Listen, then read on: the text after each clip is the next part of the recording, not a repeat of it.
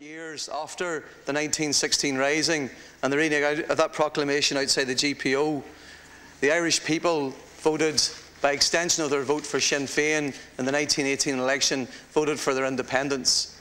We had our first Dáil and we declared our independence to the world with a programme for government based on the 1916 proclamation. Of course, I'll get to the question very quickly. I think it's quite clear the direction I'm going here. And the world did not recognise our legitimate democratic right to freedom at that time, with the dramatic consequences that followed.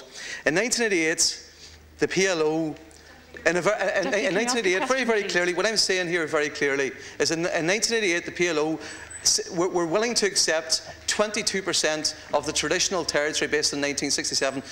22%, an extremely honourable compromise. It has never been accepted, and since then, because of the failure of our governments, the EU and the international community to give them the validation they require, we have had situations like Gaza, we've had situations like the continued repression and control of their people.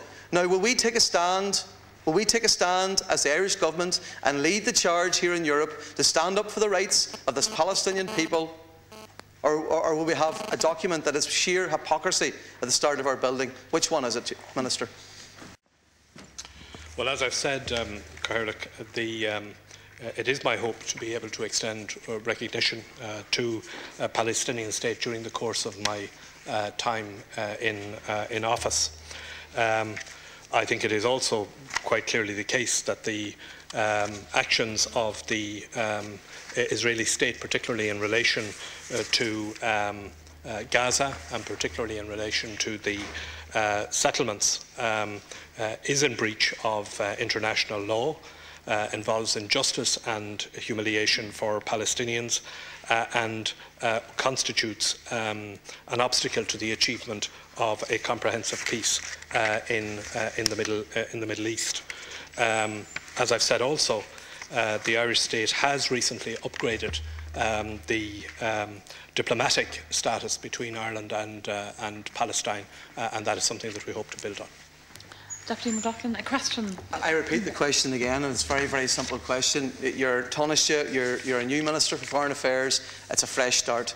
I know your party has a traditional support for the Palestinian people, and I ask you to take a stand, along with Cyprus in the European Union, and recognising the rights of the Palestinian people. It would be a huge, dramatic impact. Ireland is respected internationally for our input to peacekeeping and to defending the rights of people who are downtrodden. We're internationally respected. It would be a huge step, and I implore you, Taoiseach and Minister for Foreign Affairs, in your term, to as soon as possible recognise and follow the footsteps of Cyprus, one of our European partners, and the other countries in Latin America. So that's my appeal to you today, to do that. That would be a huge gesture in your term.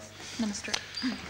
Pádraig, the two-year Palestinian Authority plan to prepare for statehood is due to be completed this autumn. The response of the EU to a declaration of statehood that might come soon thereafter will obviously be a key issue in discussions among EU foreign ministers.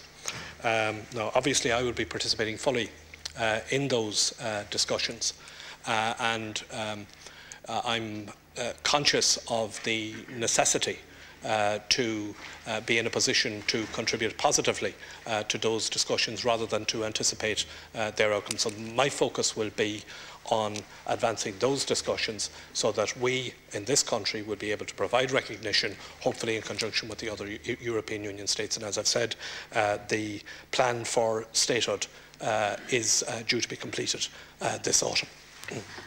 Thank you so much. Sorry, the time's up for that question. So, yeah. Will Ireland lead that charge? Yeah. We must now proceed to question number